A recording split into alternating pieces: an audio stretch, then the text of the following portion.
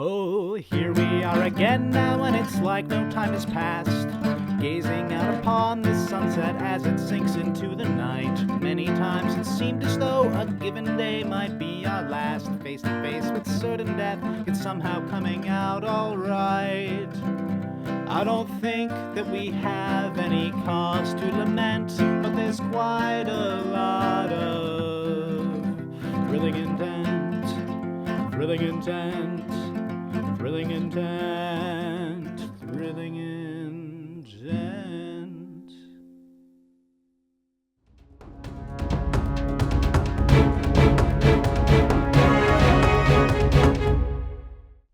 The group of 4 scouts travels down the narrow passageway.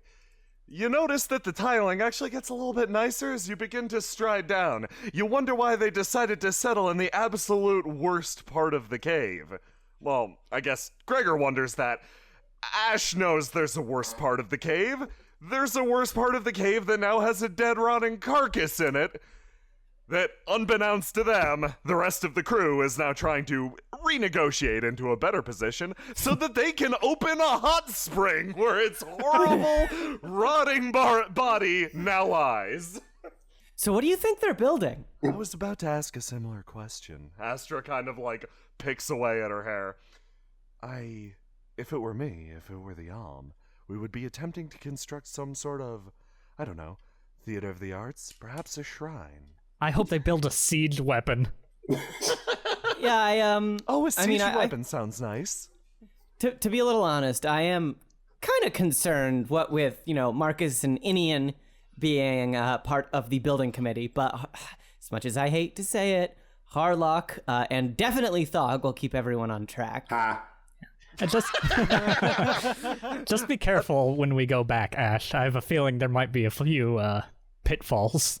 Ooh, best comes to best. There could be a statue.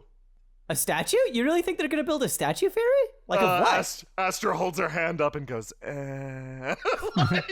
it back and forth. Yeah, I mean, a statue's like this huge commitment of minerals and ore and wood and stuff, but for no payoff, right? Besides, they could build it out of snow. Oh, is it cold enough? Firi nods. But downstairs in the cave basement. Firi thinks. Anything could have happened since we entered this cave. We literally just left, but I suppose you're right. Astra stops at the crossroads. Okay, well, they didn't really tell us which direction to investigate, so shrugs. I say we follow the tiles. Yeah, should we follow the tiles, or do we want to get an eye on the area closer to base first? Because I didn't even know that these tunnels were here. This is a fundamental question for any adventurer. Do you go off the beaten path, or do you stick to the more established route? You're the cartographer, Ashe. All right, you know cool. the answer. So in that case, I would definitely prefer to get to know the area around the base first, and then move outward from there. Because I didn't even really know that we had these tunnels. They're like a moat made of dirt surrounding our cave. That's and we're a great in way it. to think about it. Yeah, we're trapped in it, just like mysterious, what do you call them? Firi makes an alligator shape with her hands. An alligator? Oh, crocodilosaur. Looks to both of you for confirmation, yes! There can be alligators in swamps and stuff. Or sharks. Sharks are, they're misunderstood bastards, really. Do you have a story about... You know what? We're getting distracted. Yeah. Here. Let's go left. I hope you're taking note of this, Ashe, because I have complete faith in you, and I am not paying attention to where we're going at all. Astra walks behind Gregor. Would you say, putting that together, would you say that your friend Thog is a shark? I see him more as a wolf with a knife. Wolves can't use guns, you see. That's a fact, Firi proudly proclaims, walking in front of the group. I make a mark on the wall and jog a bit to catch up with Firi. Have you heard about gun wolves? Your ragtag band leaves the tunnel discussing monsters, and lo and behold, the second you step out into the horrible, horrible Freearchy air, you see something straight across from you. Across this, like, sort of semi-snowy, semi-salty, horrible mush on the ground, you see a creature wandering around, padding around through the slurry. A creature, you say? Yes! Well, we know what's this way. We Oh, know it's to a build a big friend. wall here. It doesn't appear to have noticed you, and it seems to be foraging for food or like touching the ground with its little sensors. Your group gets sight of it well before it sees you. What would that thing eat, and how would it eat it? Okay, yeah, I reflexively have hunkered down and whisper, that's actually a really good question. Firi, do science. Firi hits the deck too. She looks at it, looks at what it's like doing to the ground, and then like slowly and tentatively extends her own tongue towards like the snow and salt. No, I put my hand between the salt snow and her tongue. Don't. Astra's just standing there watching you guys.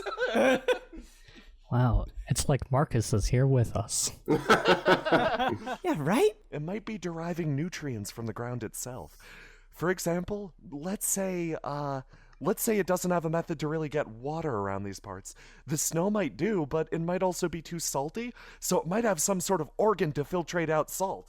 I was going to test the overall salt content of the snow around us to see if it was, too salty.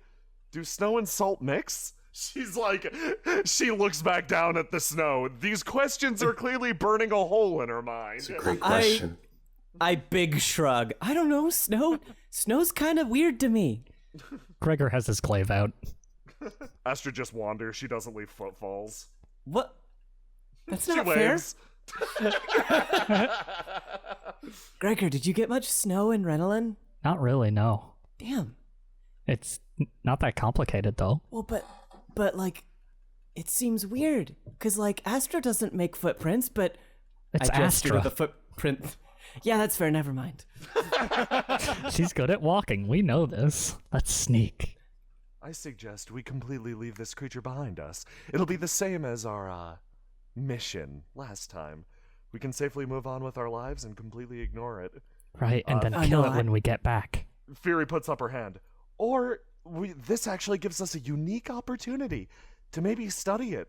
I, partial agreement with Gregor and in total agreement with Firi. I think that, one, going to become a problem in the future if we don't take care of it now, because this is really close to base. It could just on a whim wander down that tunnel, catch the scent of, like, one of those little kids that Marcus has got running around, and that's the day right there. Party is dead. Astra stops and thinks for a second. It looks like she's about to say something to almost contradict you, then manages to stop herself. On consideration, my people were literally for centuries not dealing with the problem, moving away from it time and time again. I'll defer to your better judgment here. Were you about to suggest that we find a different hideout?